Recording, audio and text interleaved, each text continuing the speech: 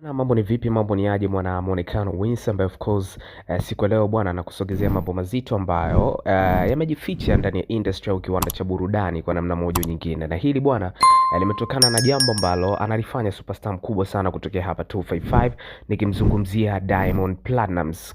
Kuna vitu gani ambavyo Diamond Platnumz amekuwa akivifanya nje ya wasanii wengine ambao wamekuwa kivifanya kwenye soko hili la muziki, haswa soko la ndani lakini pia na soko la nje. Tumeweza kuona uwezo wake mkubwa ambao anazidi kuonesha kwa hivi sasa katika soko la nje unazidi kuongezeka, na hiyo ndio tofauti kubwa kati ya Diamond Platnumz na wasanii wengine. Sasa moja kati ya meneja wake bwana ambaye anaitwa Salama SK ameweza kufumbua siri hii kwa watu kuweza kuwaonesha ni kwa namna gani ambavyo Diamond Platnumz amezidi kuwa mtu wa tofauti sana hasa kwenye industry, na hii ni kutokana na kwamba yeye ni moja kati ya watu ambao ni risk taker, nikimaanisha kwamba risk taker ni mtu ambaye haogopi kuweza kuwekeza kwenye kipaji chake, yani kwamba bunda ambalo analipata basi haogopi kuweza kuliwekeza kule, anaamini kwamba litaweza kurudi kwa namna moja ama nyingine. That's why tunaweza kuona hata kwenye zile Paris Fashion Week kwa mara ya kwanza alikuwa anazilipia fedha takriban dola 6 kuweza kuingia, kuweza kuonekana yuko pale na vitu kama hivi, lakini kwa hivi sasa bwana wanamlipa fedha nyingi